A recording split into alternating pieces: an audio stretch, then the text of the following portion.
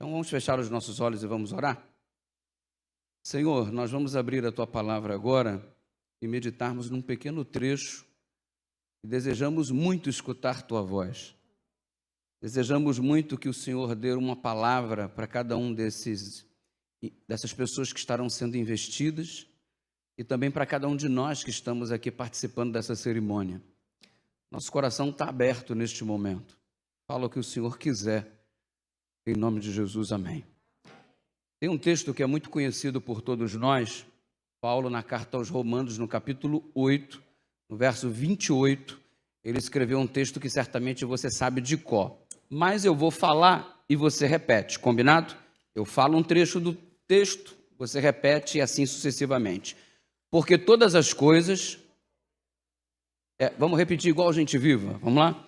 Porque todas as coisas cooperam para o bem daqueles que amam a Deus, daqueles que são chamados segundo o seu propósito. Mais uma vez, mais bonitinho, para a glória de Jesus, porque todas as coisas cooperam para o bem daqueles que amam a Deus, daqueles que são chamados segundo o seu propósito. Normalmente, há muitas pessoas que apanham esse texto para fazer a seguinte aplicabilidade. Todas as coisas contribuem para o bem daqueles que amam a Deus. Pastor, bati meu carro, é um Jeep Renegade. Todas as coisas cooperam para o bem daqueles que amam a Deus. Eu bati porque Deus tem reservado uma Mercedes-Benz para mim. Porque todas as coisas cooperam para o bem daqueles que amam a Deus. Pastor, foi reprovado no vestibular para medicina na faculdade particular aqui em Salvador. Mas todas as coisas cooperam para o bem daqueles que amam a Deus. No ano que vem eu vou passar na federal, porque todas as coisas cooperam para o bem daqueles que amam a Deus. Pastor, o meu noivo me largou. Infelizmente não vamos mais nos casar. O castelo de sonhos ruiu, mas todas as coisas cooperam para o bem daqueles que amam a Deus, daqueles que são chamados segundo o seu propósito. O meu noivo era pobre de maré desci. Vai que Deus está preparando o velho da lancha.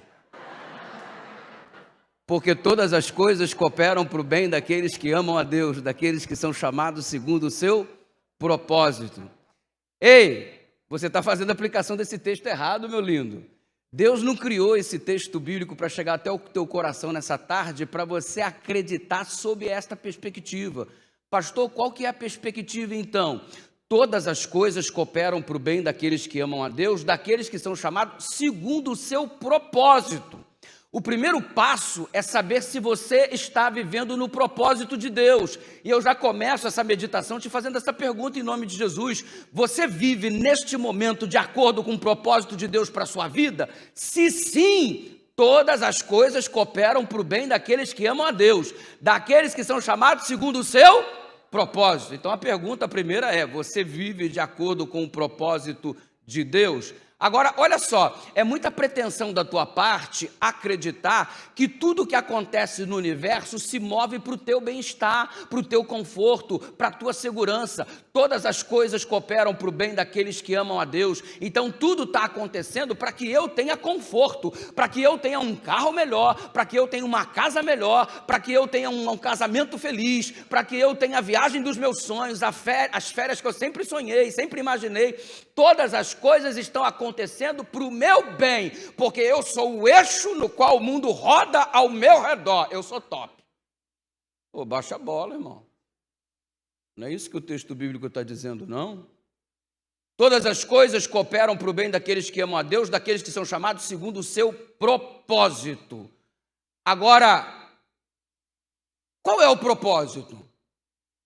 Que propósito é este? Como sei se estou vivendo o propósito de Deus para a minha vida? O verso seguinte responde. Se você observar o verso seguinte, o verso 29, a resposta está clara. Para que nós sejamos indivíduos que tenhamos a chance de refletir a imagem de Cristo. Opa, descobri o meu propósito. Deus está me dizendo no versículo 29, por intermédio de Paulo, que o propósito dele para a minha vida é que eu reflita a imagem de Cristo. Eu reflito a imagem de Cristo. Quem quer viver o propósito de Deus para a sua existência, diga amém. Amém. Pastor, qual é o propósito de Deus para a minha vida? Que você reflita Jesus. É o propósito de Deus. Quando sei que estou vivendo o propósito de Deus? Se eu estou refletindo a Cristo. Se não sou mais eu quem vivo, Cristo vive em mim. Não tem que haver com o meu bem-estar. Não tem que haver com o meu conforto, não tem que haver com a minha prosperidade, não tem nada a ver, porque eu sou chamado a refletir a imagem de Cristo, ainda que eu não tenha conforto. Eu posso ser chamado para refletir a imagem de Cristo na cova dos leões, eu posso ser chamado para refletir a imagem de Cristo na fornalha de fogo ardente, eu posso ser chamado para refletir a imagem de Cristo sendo desempregado. Eu posso ser chamado para refletir a imagem de Cristo tendo sido acometido por um câncer. Não importa a circunstância, eu posso refletir a imagem de Cristo. Então o texto bíblico não tem que haver com o meu conforto, tem que haver com o meu propósito, refletir a imagem de Cristo em qualquer lugar. E por que não começar na sua casa? Por que não começar com os membros da sua família? Por que não começar com o seu cônjuge, com seus filhos, para que eles vejam em você refletida a imagem de Cristo? Seria um bom começo, porque normalmente queremos refletir a imagem de Cristo no ambiente de trabalho, na escola, na igreja. Começa em casa, irmão. Que teus filhos vejam em você Jesus, que teu cônjuge veja em você Jesus, que teus irmãos, tuas irmãs que vivem sob o mesmo teto vejam em você Jesus. Propósito, refletir a imagem de Cristo. Olha, pelo amor de Deus, você veio essa tarde a essa igreja, se você sair daqui, pelo menos com a certeza de que o propósito de Deus para a sua vida é que você reflita a imagem de Jesus, quer esteja no conforto ou não, quer esteja no deserto ou no jardim, no palácio ou na masmorra, vamos refletir a imagem de Jesus, é o propósito de Deus para a gente. E tudo está cooperando, tudo está acontecendo e ocorrendo ao nosso redor para que tenhamos a chance de testemunharmos. Testemunhar o que significa a imagem de Deus na vida do ser humano. Nós fomos criados à imagem e semelhança dele. E onde está a imagem e semelhança de Deus que está tão deteriorada pelo pecado? Em você, as pessoas contemplarão um pouco mais a respeito de Deus, porque você é a imagem de Cristo. Olha que lindo. Somos chamados para viver um propósito. Eu quero dizer uma coisa para vocês nessa tarde. Propósito é diferente de proposta. E sabe que tem muita proposta que são direcionadas a nós para nos desviarmos do propósito? E nós temos um propósito muito bem definido. Refletir a imagem de Cristo. E demos uma versão do Ministério Jovem para isso. Aqui nos ideais, nós colocamos isso em evidência. O jovem pelo jovem, o jovem pela igreja e o jovem pelo seu semelhante. Percebeu? Não gira em torno de mim. Não gira em torno do meu umbigo. Gira em torno da salvação e serviço. Sou eu pelo jovem, sou eu pela igreja, sou eu pelo semelhante, não sou eu por mim mesmo. É o esvaziar-se de si mesmo e a dedicação em prol da pessoa, a fim de que eu reflita a imagem de Cristo. É o propósito, o jovem pelo jovem, o jovem pela igreja e o jovem pelo seu semelhante. Propósito, refletir a imagem de Cristo. Isso é diferente de proposta. Aliás, tem muitas propostas que o diabo faz para te desviar do propósito. Você se lembra do episódio no deserto? Ele começou a fazer uma proposta atrás da outra para tirar Cristo do propósito. Quantas propostas o diabo fez para você esta semana? Quantas propostas ele direcionou ao seu coração para te retirar do propósito para o qual Deus te destinou? Quantas vezes o inimigo tem se aproximado de você utilizando pessoas e circunstâncias para te fazer propostas a fim de te desviar do propósito? Eu quero crer que nesta tarde a juventude que presente aqui está é tão firme em seu propósito, tal qual a bússola é o polo, em nome de Jesus. E propósito é diferente de proposta. Eu lembro que eu estava no Rio de Janeiro, eu era líder de jovens no estado do Rio de Janeiro. O telefone tocou do escritório e eu fui surpreendido, porque normalmente nosso cumprimento é bem peculiar. Mas alguém do outro lado do telefone mandou assim, fortão: a paz do Senhor! Opa! Mandei de volta: a paz do Senhor, irmão!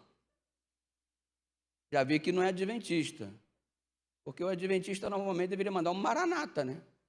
Mas já reparou que maranata a gente só fala na igreja? Na rua não fala, não. O crente da Assembleia fala a paz do Senhor em qualquer lugar. Está no shopping, é paz do Senhor, irmão, paz do Senhor. Da Assembleia, irmão da Assembleia. É a paz do Senhor em qualquer lugar. O adventista só fala maranata na igreja. Verdade ou mentira? Eu nunca cruzei com um adventista na rua, passei por ele e disse: maranata, pastor, o senhor logo vem. Não. Como é que o adventista fala assim? E aí, cabeção, fala doido, e aí, maluco e tal. Normalmente é assim. Seria legal se a gente usasse o maranata lá na rua, né? O pessoal ia falar: maranata, mas será que é da igreja maranata? Maranata. E o cara mandou a paz do Senhor, eu devolvi a paz do Senhor. Paz do Senhor, irmão. É o pastor Dudu que está falando? Sou eu mesmo.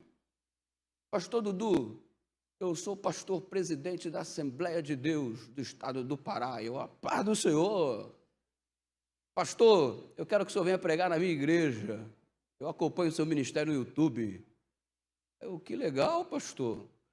Tu sabe que eu sou adventista? Sei, pastor, mas tu prega igual um pentecostal. Aí eu não sei se eu vou tomar isso por elogio ou não. Mas beleza, pastor. Não, eu quero que você venha aqui. Pastor, que dia que o senhor quer que eu vá aí? Eu quero que você venha aqui num culto de segunda-feira. Mano, culto de segunda-feira? Quem que vai a um culto de segunda-feira, mano? O cara me pagou uma passagem aérea. Eu saí do Rio de Janeiro, Dênio, peguei um voo para Marabá, sul do Pará. Fui muito bem recebido. E eu vivi uma cena muito interessante, porque eu cheguei lá no domingo à noite para pregar na segunda. E tinha uma equipe de pastores adventistas fazendo evangelismo na cidade. E eu cheguei para pregar na Assembleia de Deus. E eles têm uma TV na cidade. E na cidade estava estampado: pastor Dudu vai pregar tal, na Assembleia de Deus. E os crentes adventistas: ué, mas ele não é adventista? E quando eu fui jantar, os pastores estavam lá reunidos, né? E eu cheguei com a comitiva da Assembleia e a pastorada adventista ficou jantando, mano. Aí tipo assim, será que eu mudei de lado, mano? Ficou uma situação mó constrangedora aí. E o engraçado foi na segunda-feira. Irmãos, o pastor tem uma igreja de 18 mil membros. No culto de segunda tinham 2.000 pessoas. Eu fui pregar num culto de segunda-feira para 2.000 pessoas. Um negócio assim assustador. E olha, me animei, viu? Porque eu gritava daqui, eles gritavam de lá, irmão. Eu falava: Jesus é muito bom, aleluia! Eu, nossa, isso aqui é para me continuar. Eu preguei 1h30, irmão. Fiquei empolgadaço, o pessoal virado no aleluia, no glória a Deus e tal. Aí quando eu falava alguma coisa, alguém levantou e: confirma, Deus, é isso aí, irmão. Gente, foi demais. Era um tal de confirma Deus, de fala Deus. Eu mandava uma sentença assim: fala Deus. Eu olhava assim: é mesmo, mano? Gente, me empolguei, fui em frente. Ó, o culto de segunda-feira terminou quase 10 da noite, mano. Na hora da saída, um monte de crente. E assim: pastor, eu sou adventista. Eu falei assim: irmão, pode falar que tu é adventista, mano. Eu também sou, estou escondido aqui não, Ah, tá, eu pensei que não podia falar, pastor. Eu achei o mó barato, cara. Foi uma experiência assim muito diferente, sabe? Aí na terça-feira eu já estava voltando para o Rio de Janeiro, mas o pastor me levou para almoçar. Ele sentou comigo aqui assim, pagou um almoço muito legal, me trataram assim igual gente, sabe, mano? Eu falei assim: nossa, que tratamento VIP. Ele virou para mim na hora do almoço, antes de chegar a comida, havíamos feito o pedido, antes de chegar a comida, ele virou para mim e falou assim: pastor, quanto que eu te devo? Eu: como é que é? Quanto que eu te devo pela pregação maravilhosa que o senhor fez ontem? Como assim me deve? Você não me deve nada, eu vim aqui aceitando o seu convite, você está pagando a passagem, pagando o hotel, me dando comida, está tudo certo. Não, pastor, eu pago para todo mundo que prega na minha igreja. Eu, sério? Como assim tu paga? Me explica isso direito. Ele falou, semana passada, no culto da segunda-feira, quem pregou foi o pastor Cláudio Duarte. Eu dei 15 mil reais para ele. Eu, 15 mil por um sermão? Ele está falando sério, irmão? Estou falando sério, pastor. Quanto eu lhe devo? O meu, como é da Adventista, deve ser uns 25 mil, mais ou menos, sei lá, né, irmão? Eu falei, irmão, você não me deve nada. Na igreja Adventista a gente não trabalha com esse sistema, não. Como é que é o sistema na igreja? Não, a gente é assalariado, somos funcionários da igreja, somos obreiros da igreja, temos um salário fixo, a igreja paga o aluguel para a gente, e a coisa funciona desse jeito. Quanto que o senhor ganha, pastor? Eu falei meu salário para ele, ele começou a rir. Ele falou, sério? Sério, mas tem irmão lá na igreja que acha que a gente é rico e tal. Rico desse jeito? Pastor, eu tenho uma proposta para você. Eu, como assim? Vem trabalhar para mim. Te pago X. Eu, como é que é? Cheio de boleto atrasado, mano. Como é que é isso aí, mano? Te pago X. Amado, era pelo menos 10 vezes mais do que eu ganho. 10 vezes mais. Pastor, eu te agradeço, mas eu tenho um propósito.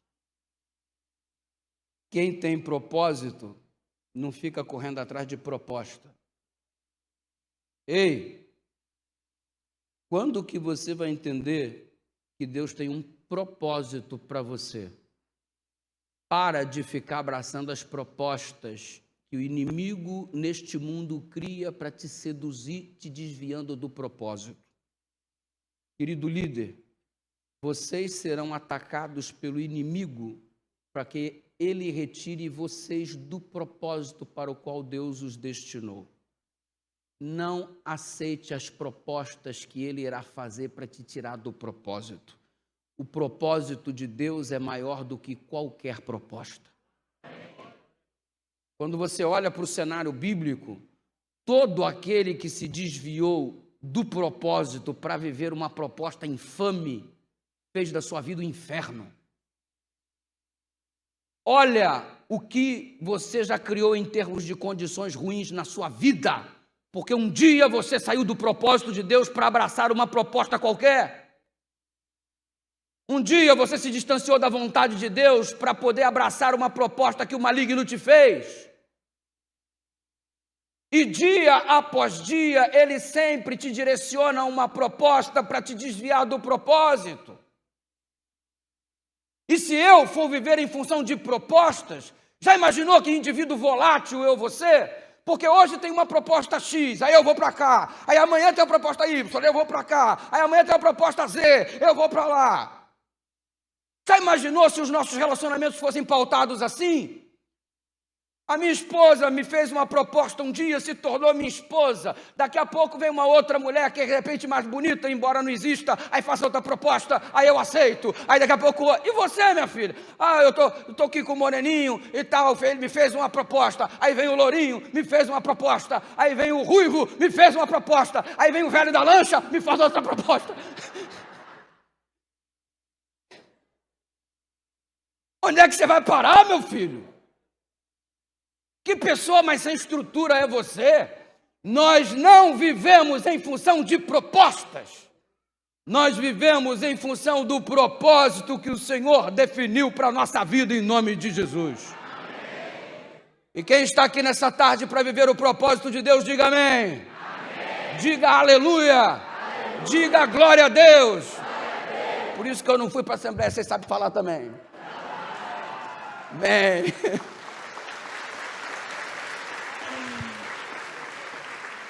Aliás, eu já estou na Assembleia de Deus. Isso aqui é Assembleia de Deus, não é ou não é, irmão?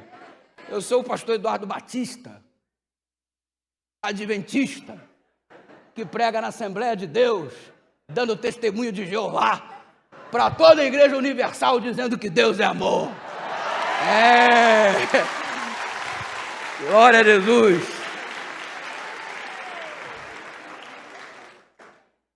Hoje eu quero começar esse momento com essa pessoa aqui, Adriele. Aos 17 anos de idade, ela recebeu um tiro, razão pela qual ela está nessa cadeira. Só que isso não a impediu de viver o propósito de Deus para a vida dela. E hoje ela está aqui para viver o propósito. Viva o propósito de Deus para a sua vida, porque estando no propósito, ainda que seja numa cadeira, você está no caminho. E toda dificuldade que você vive aqui, se você está no propósito de Deus, um dia essa dificuldade vai ter fim. Um dia, Adriele, essa cadeira não mais existirá, porque você vive o propósito de Deus para você. Eu quero ter a alegria de investi-la nessa tarde em líder jovem da Igreja Adventista do Sétimo Dia da Associação Bahia.